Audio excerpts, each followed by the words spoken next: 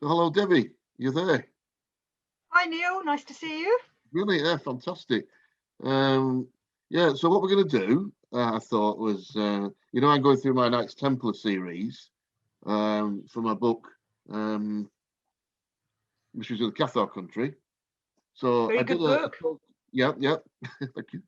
I did a talk about a video about the Knights Templar a few days ago, and we mentioned Bernard of Clairvaux. And of course, I know that you're a lot more knowledge about Bernard of Clairvaux than I am, because I just looked at him as a member, as just as part of the Templar sort of setup organization thing. So it'd be great to get your knowledge, deep knowledge into Bernard, or Okay. Bernard de Fontaine. Well, I like Bernard or Bernard. I think he's great. I think he's a really strong character and very obviously a very important one in the Templars' history. But when he was, well, even before he was born, his mother, Aleph, which I think is quite close to the name, to the first letter of the alphabet, Aleph in the It is, Hebrew yeah, alphabet. the alphabet, Yeah. yeah. And then That's he's called Bernard, the pretty B, cool. A to B. But Ah, Aleph, his mother, when she was pregnant with him, she kept having these dreams about a white dog barking at her in her dreams. And it was barking constantly. And she thought it was a bit of a weird dream to keep having. So she went and saw a holy man. And she asked this holy man if he could decipher these dreams. And he told her that the child she carried within her was going to be like someone who would pass on the word. He said he's going to be someone that's going to warn like a dog that someone's coming, like a sentry, mhm. um, and that uh, he was going to be here to pass on the word of God. So his Right. tongue would be out to cure evil, which is something that Bernard went on to be, wasn't he? He was a great sermon, a great preacher. He used to Absolutely, yeah. give sermons not just for clergy, but also for the actual populace, the general people, which is why they liked him so much. So that was his beginnings as a child. His mother already had this strange dream, as if his future was foretold. He was sent by God to spread the word of God. And I heard that, well, I read that it was after she died that he decided to join the Holy Orders. So that was obviously connected as well.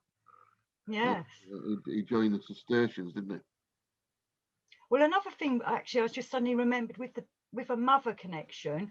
When he was about 7 or 8, when he was at school, which he didn't really like, he didn't enjoy school. He had a vision of the Virgin Mary holding the baby Jesus. So again, carrying on from his own mother, that mother line is very important to Yeah, him. And I yeah, yeah. think a lot of the churches he founded had a Mary connection, which again is perhaps a Templar connection.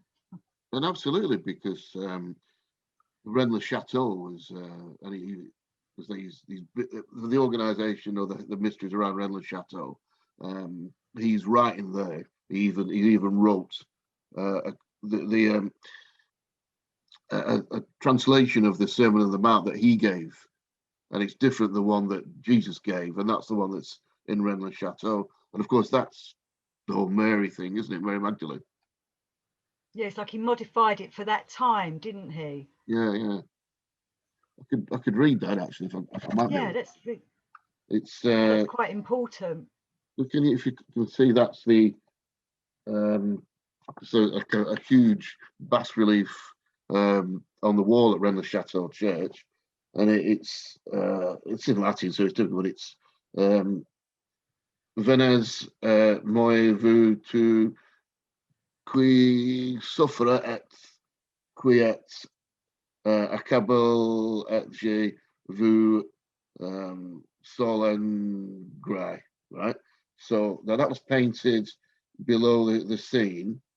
It translates to, "Come to me, all who suffer, and I will relieve your pain," which is, I think Jesus said, "Come to us, all you are heavy laden, I'll give you rest."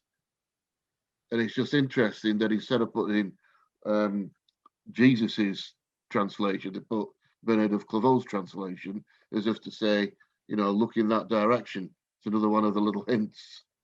So that's interesting as well, isn't it? So where it is in Rennes-le-Château, is that actually in the chapel?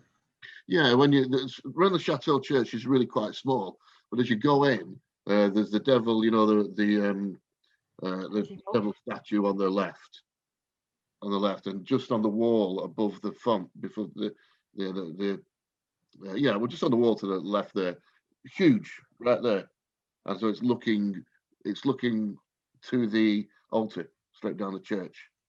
It's a massive thing, and there's all different translations and hidden meanings in that.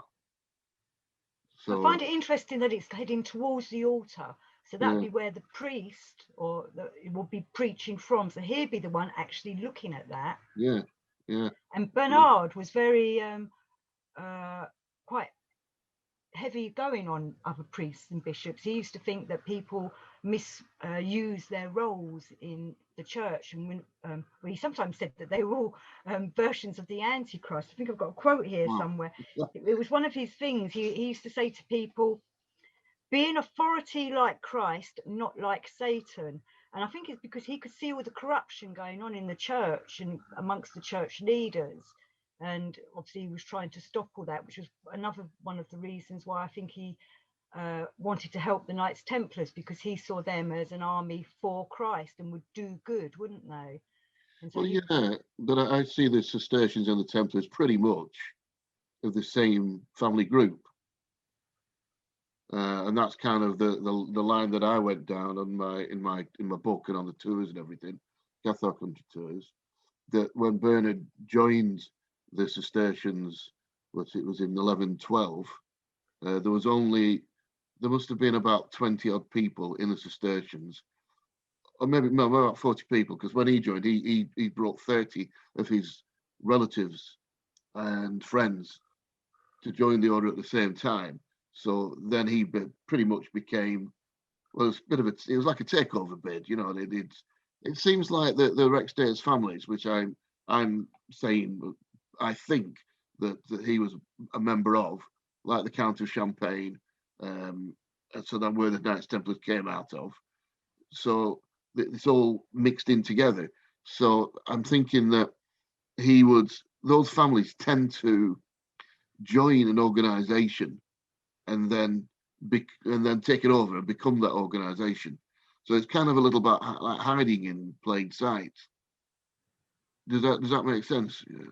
yes, it is. Well, it's one of the main things with these kinds of groups, isn't it?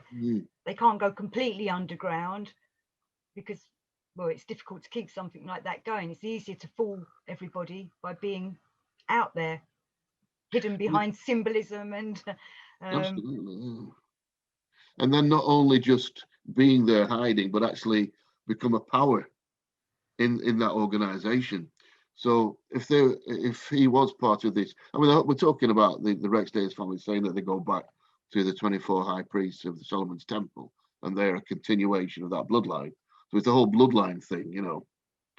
But also the bit I haven't really looked into is the fact that Bernard was he was a member of the mystery schools in Chartres, and I haven't looked into that at all really. I know he did, and there was also Fulcher of Chartres as well, who was a chronicler. But have you looked into that at all?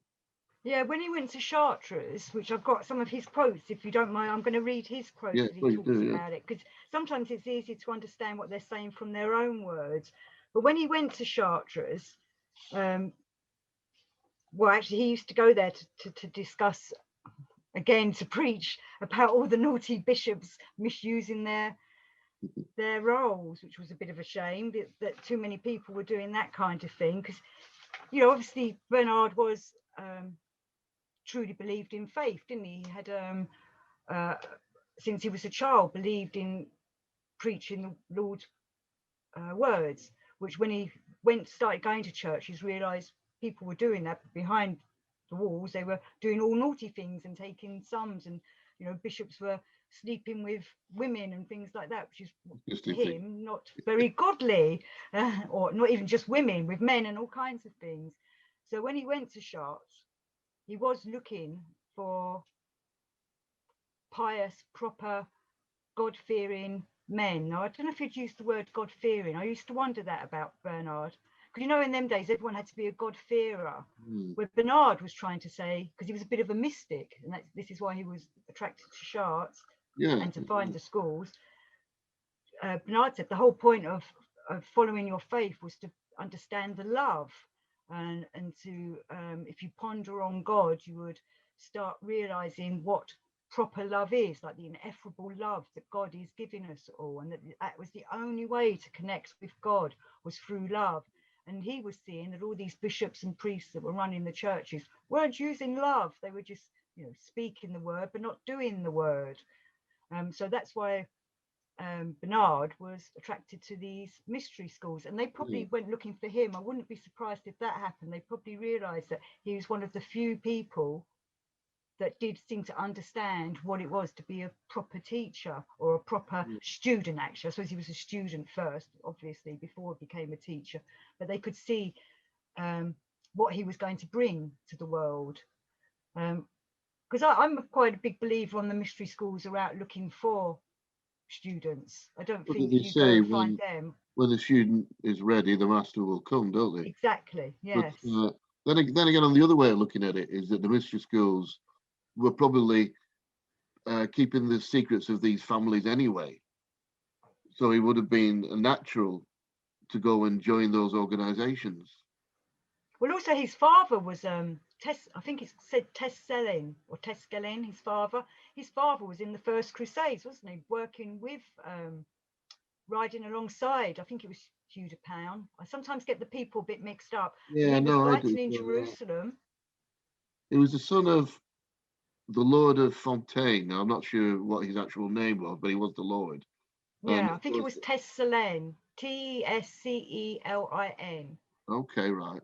So he was there at the beginning of the Knights Templar and all this as well then. Yes, As so the his old one. family were already involved, weren't they? And also another thing, I just quickly, before I forget, Bernard was the seventh son or Oh, seventh right. child. And sometimes that's the magical one, Yeah, absolutely. isn't Yeah. it? The Yeah, seventh yeah. one. So the seventh one, and he went into the mystery school, and so he took Yeah. very much the mystery line, or so he was the spiritual one that followed that line, rather than going into the fighting side, which could have been the Templars. And Yes. of course, Bernard was fundamental in bringing the Templars into the umbrella of the church. So that sort of that sealed them into the same organization as he was. Well, Hugh de Pian was, is that how you say it? I've always said Hugh de Pian. You'd have But on, yeah, Hugh, something like that, yeah. one of the founders of the Templars, he was Yeah. getting in touch with Bernard all the time while he was in Jerusalem, saying, I want to start this order, which I found quite strange that some people say Hugh got in touch with them. And then there's other stories that say Bernard sent Hugh, which is the right way, which what really happened. But whatever the case is, they both worked together to get the Templars up and running.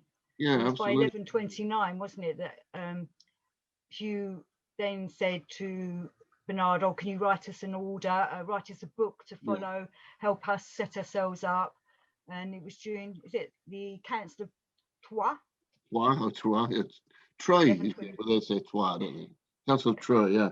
Yes. That's right. In 11, that was 1129, wasn't it? Yes. And that's when they finally, and they used the same order, the same rule of Saint Benedict, was it? Who for the Templars and the Cistercians. So That's right, Bernard changed it to be appropriate to both organizations. And it was all about poverty and obedience, which is something Bernard himself lived by. Poverty and obedience. Obedience to God, poverty, you know, don't live for material things.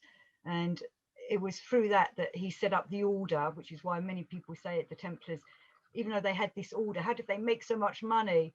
Yeah. But they needed money, I suppose, to keep themselves up and running as an order like that. The amount of people they had working for them and the horses and the buildings, they don't come cheap. So they need money to keep it running. Well, yeah, and of course, to join the order, you had to give up. Usually, you were a nobleman, so you had a lot of money, a lot of wealth, and you gave all your wealth and everything you had apart from your sword and your Bible to the organization. So they were being gifted farms and breweries and all sorts of things, which they carried on and just treated as businesses, and became the first international mega corporation, of course, which is what they were. So they kind of changed it from in the early days. The mystery of what they were doing in the early days is fascinating. But whatever it did worked. Or did it work? I don't know. It depends where you look at it. But whatever it did made them rich, put it that way. And of course, when you get rich and the organization gets bigger and bigger and bigger, then corruption can come in from all different directions. But I mean, I suppose the important bit at the beginning is, were they, these families, were they a particular underground religion? I'm saying that because, have you heard the story about Tim Wallace-Murphy? He went down to, it was a Sonia Society meeting down in Rosling, and he was doing a talk there. And I think it was, I don't know, somebody, but anyway, he did a talk, and then he met this guy called Michael. I mentioned this in my book review. And Michael said, "I'm one of these families that you've been talking about. My name's Michael." That's a name that they would have had anyway, because they took the angels' names and things like that. And an archangel name as well. They took archangel names, didn't they? Yeah. And he said, I am one of these families, and he invited him round to lunch. And when he went round for dinner, and instead of, I mean, they were supposed to be big, and the same with Andrew Sinclair as well, apparently, big Catholic families, but they got menorahs out and all the Jewish paraphernalia. And they said, well, this is weird. It's always a tradition that we've had that goes back to Solomon's temple. So that, you see what I mean? So what you're seeing isn't really what's happening. What's happening? Yes. Well, that's fascinating, isn't it? What were these families really? And Bernard was definitely, he was fundamentally one of these. He was an important member of the families, wasn't he? Because he, I mean, he massively built the Cistercian order up. I mean, they were really good at what they did, weren't they? Because they didn't just join and stand there. They would join an organization, and it would just flourish. But that was also because of his charisma and personality of being able to draw people to him through his preaching and being what would be considered a holy man or a mystic. And people in them days were drawn to that, so they would come listen to him speak. And because, like I was saying near the beginning, because he spoke to the people liked that. They weren't being preached to, they were being talked to. And I don't know if he opened up dialogues, but the way he talked to them was welcoming, or made them feel part of it, rather than be, you sinners, all you bad people, you all sin all day. He tried to explain to them the theology of God, and the what Christ's mission was. You know, the love message of let's all love each other, love your neighbor, you know, put down our weapons. That even though he agreed on the Templars going out to fight in the name of God, and I think it was called Malmicide, which was the name he gave, or he put in the order that they were able to go and kill, because they were killing evil in their eyes, and they were going out on the Crusades, because really killing is one of the 10 Commandments. It's a big sin. So they really needed to be forgiven for what they were doing. Sorry? That's what people struggle with, isn't it? That the whole idea of fighting monks, because monks are supposed to, the one thing that's not supposed to do is kill. Kill, yeah. And off they went. I've got the quote here, actually. So he wrote about it, and he was saying, whether we live or die, we belong to the Lord. So, but then he was saying, because you can go and kill people, you're doing it for the salvation of the Lord and your souls, because you're saving all these people from the evil that's trying to destroy the world. Which I know it sounds all a bit conspiracy theory, but it does feel like it was a dark versus light, and it's possibly still going on today. And I myself follow that kind of thing. And maybe this is why the Crusades started up again. Again, that was at the beginning of a millennium, wasn't it? And again, we're living in the beginning of a millennium now. And again, it feels like there's the dark versus light battle going on. Maybe evil tends to rise before a millennium to do that takeover again. I suppose I would see that as the polarity is always there, and people are always going from one side to another, both sides will be there, then Yeah. the very fact that, you know, Solomon's temple, it is the two pillars, isn't it? With the central pillar, like the Kabbalistic trees, a picture of that, so that you'll always be going from side to side in a dualistic world. So Yeah, yeah, well, there's we're always going supposed to be be on the balance. center, aren't we? We're supposed to Yeah, be in the middle, be in that yeah, stop being the pendulum and center yourself. that's what you're And supposed to do. hopefully that way you connect with the divine. Yeah, that's exactly it. But of course, people don't, do they?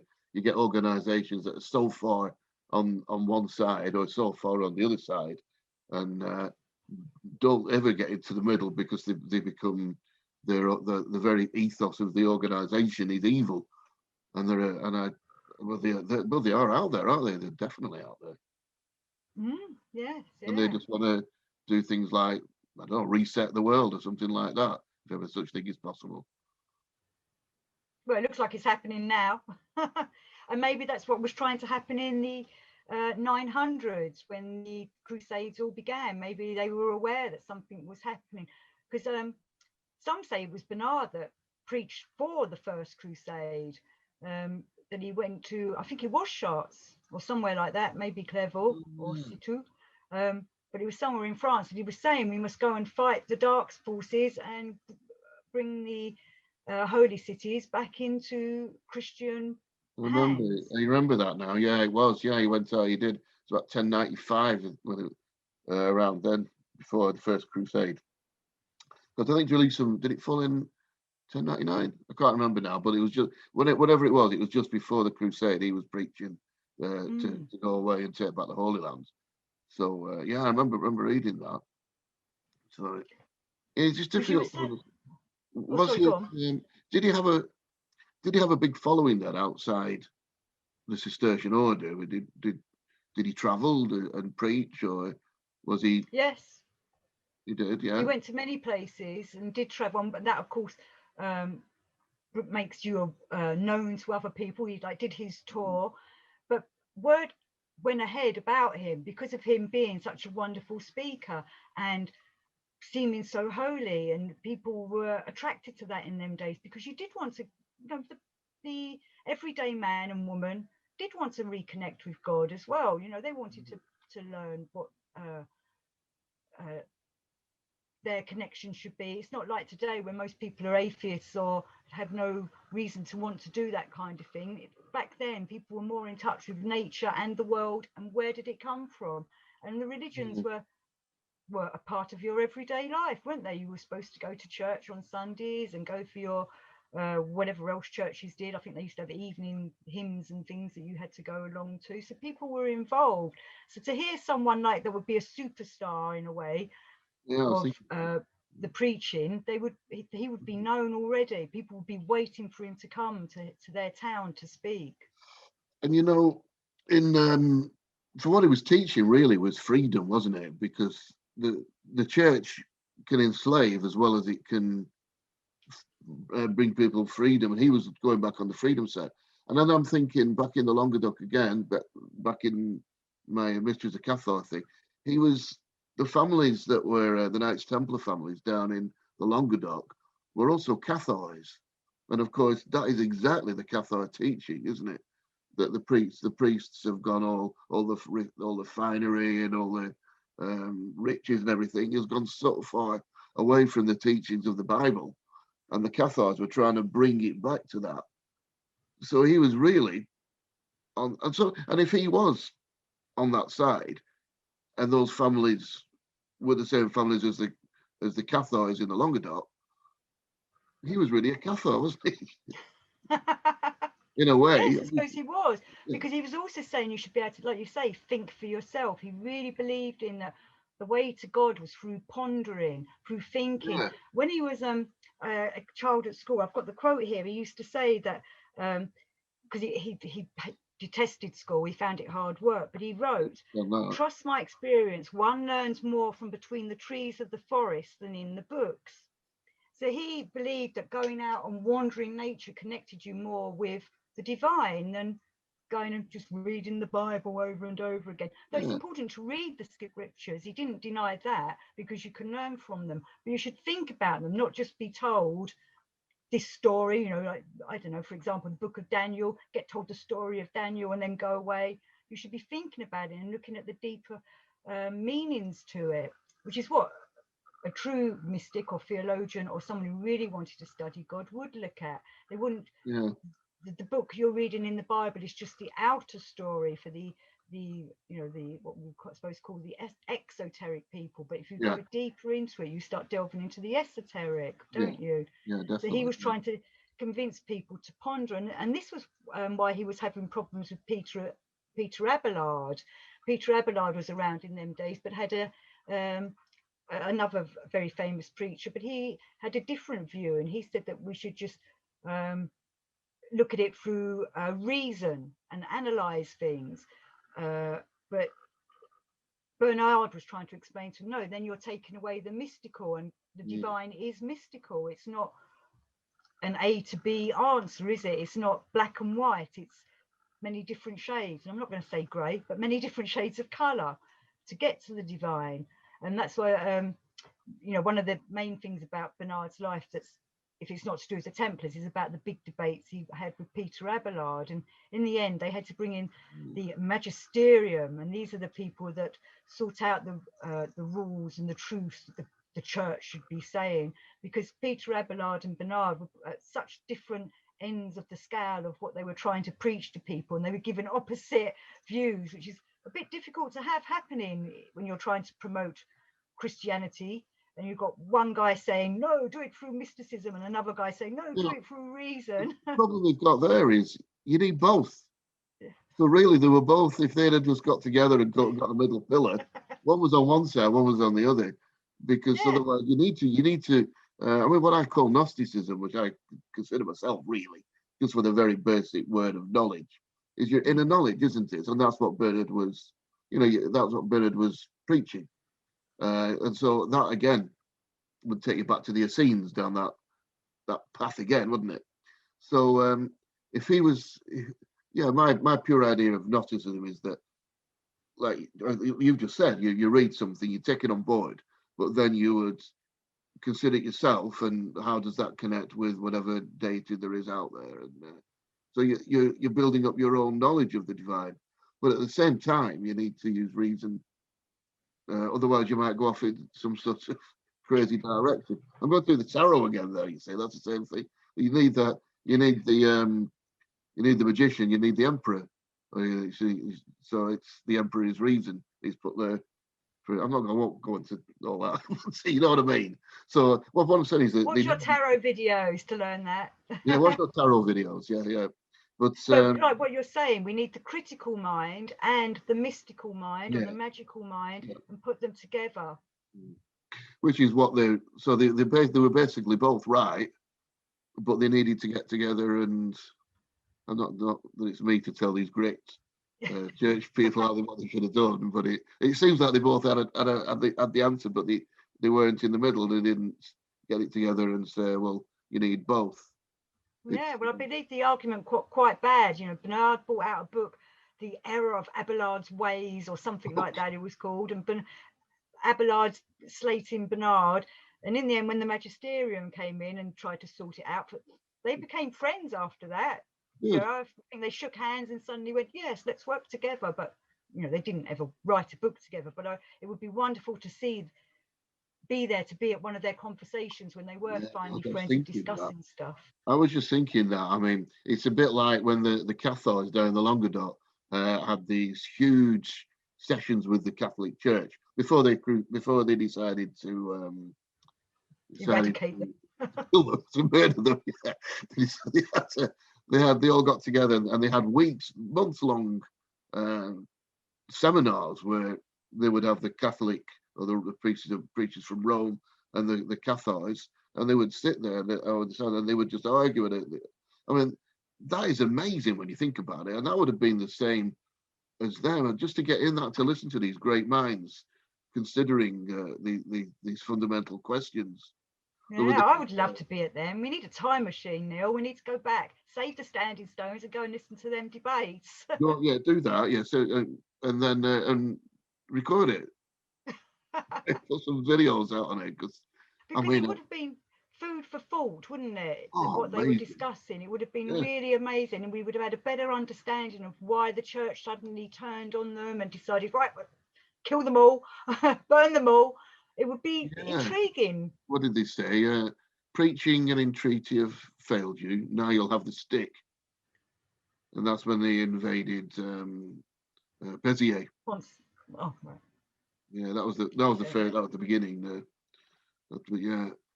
But there's all the connections there, like you were saying about all the family connections earlier. The Cathars are connected to the Templars. Again, it's a bit of a mystery as to what was going on. But and then you were saying about the Michael going and seeing the Jewish the Jewish ways of being used. And again, going back to the Essenes. So there's a line all the way through as if they're trying to keep some old tradition going. That's the way I think it is. I really do. Yeah. And of course, they couldn't do it out in the open in those days because the heresy laws would have just seen for them straight away. But to them, it was something so sacred that they had to keep it going and keep it going. And because I mean, I suppose the early writings, biblical writings of the New Testament, they found the whole Lord more, didn't they? Near the Seines. Nag Mardi. Yeah, and that's where they used to meet. So that would have been, part of the same bloodline. So you've got a bloodline. If this is true, that would have come all the way from maybe Solomon's Temple, and then Tim Wallace-Murphy takes that back to Egypt now. In his there was this, he did his Rex Deus book, which is the first thing, fantastic book, and then they did Custodians of Truth, and that takes I've it. not seen that one. Custodians of Truth. Show that again. Yeah, I didn't know about that one. Tim Wallace-Murphy again. Yeah. With Marilyn Hopkins, and he takes it further back, right through to Egypt. So where these traditions started. I mean, obviously that's way before. We don't know when it started, do we? No, we don't. Where did it go? And is it still going on today? And who are these people now? That's the fascinating thing that gets me, because I don't think if they kept it going that long, they know who they are. Where are they now? What are they doing now? Are they doing things for the better for the people, or have they fallen into the dark side? I don't know. You see, this is the problem I always have with the Templars as well, because they seem to start off maybe not even with a purpose, and what that purpose seems to be to discover the ancient secrets of the family which they lost under Solomon's Temple, and they seem to do that. They seem to because when they came back from the Holy Land, everything changed immediately. That's when Hugh de Champagne gave the land to the Cistercians to build it, to Bernard of Clairvaux to build his huge abbey, and the power of the whole lot just mushroomed from that point. So they obviously found what they were looking for, and they became massive. But I could never work out what side they were on, or maybe they're not on any side. Maybe they're on their own side. That's one thing I can never really answer. They say, "Oh, the temple is good or bad." I don't really know. It's weird, isn't it? I know what you mean, because I'd like to believe they were good. I'd like to think they were doing it for a force of good. But then I strongly believe that Bernard was a man that was really for God. So he would surely back an order that wanted to do things for God, fight the good fight for Christ, be Christ's army and things like that. So I would like to think they were good.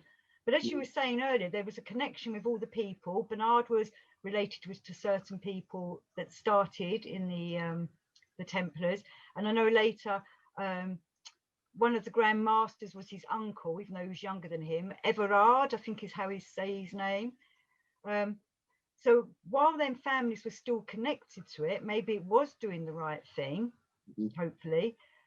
But over the centuries, like after Bernard's death, and maybe that family line started to possibly die out, or was thrown out from being the Grand Masters. I don't know. Maybe other families came in and took over. Maybe that's where it went off track. And it got corrupted, because it got so massive, didn't it? The Templars got so big.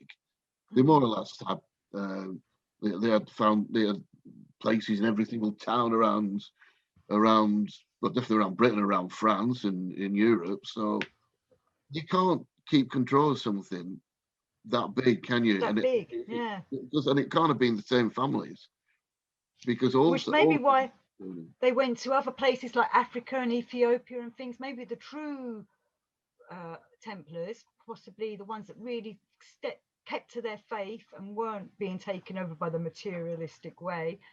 Maybe that's why they went further and further afield. And I'm sure you know about these, for example, these churches in, I think it's Ethiopia, the ones that are dug into the ground. yeah, where There's they're supposed to have the Ark of the Covenant there, aren't they? Yes, and there's a lot of the ornaments, or the way it's ornated all round, is quite Templar symbolism, and so maybe the true faithful people broke away. Maybe they had to leave the order because it was becoming corrupted. I don't know. It's again speculation, because none of us know. None of us know, do we? And of course, that takes you onto the whole thing, which I haven't covered yet in my video, just where they went after 1304, after the big Friday the 13th event. So then they just disappeared.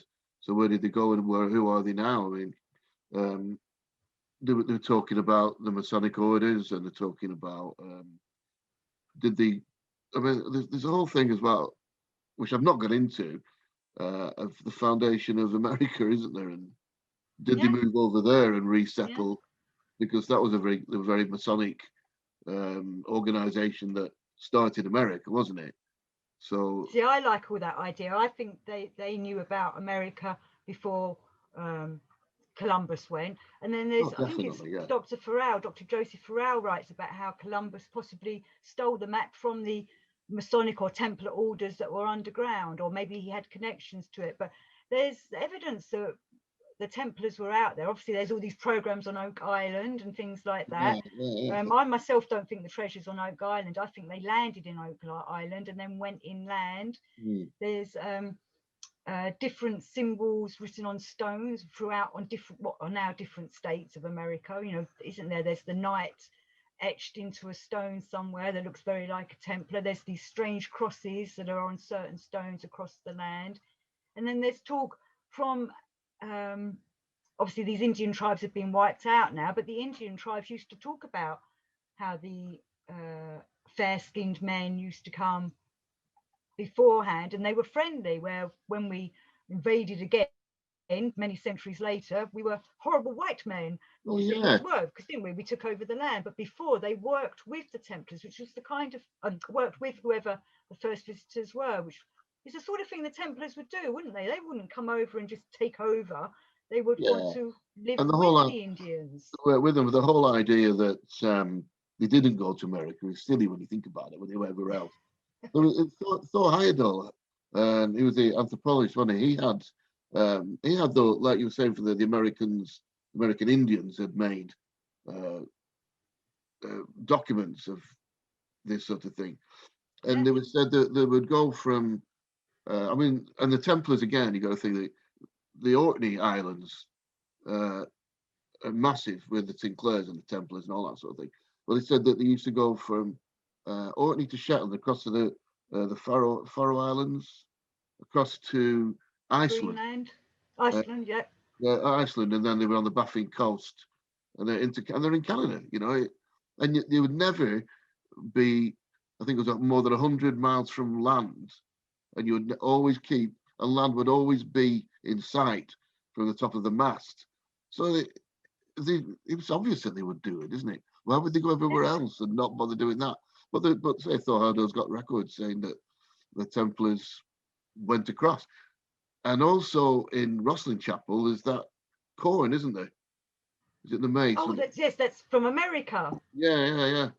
Which it was, and that was carved into the fabric of Rosslyn Chapel way before Columbus's time. So it's just, I mean, the Columbus story is just, did it? It was just, it's just history. There is a connection about America, the name as well. I don't know how you would say the name, Emergo or something like that, who was supposedly was a maybe not a Templar, maybe it was I can't remember now who it was. Now I'm bringing up something that I'm not fully knowledgeable about. But that's why we had the name America, because surely if Columbus had found it, it should be the land of Christopher or Columbian or something. But it's not, is it?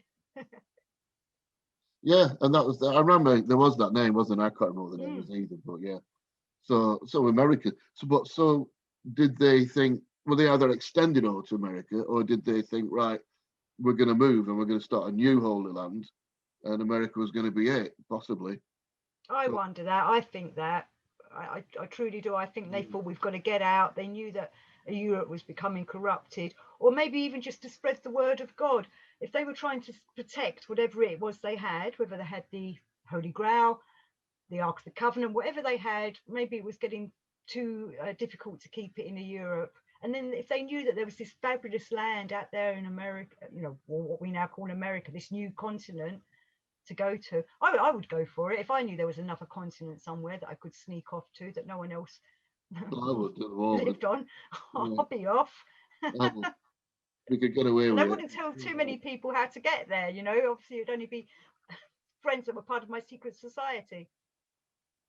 Yeah. So have we exhausted Bernard?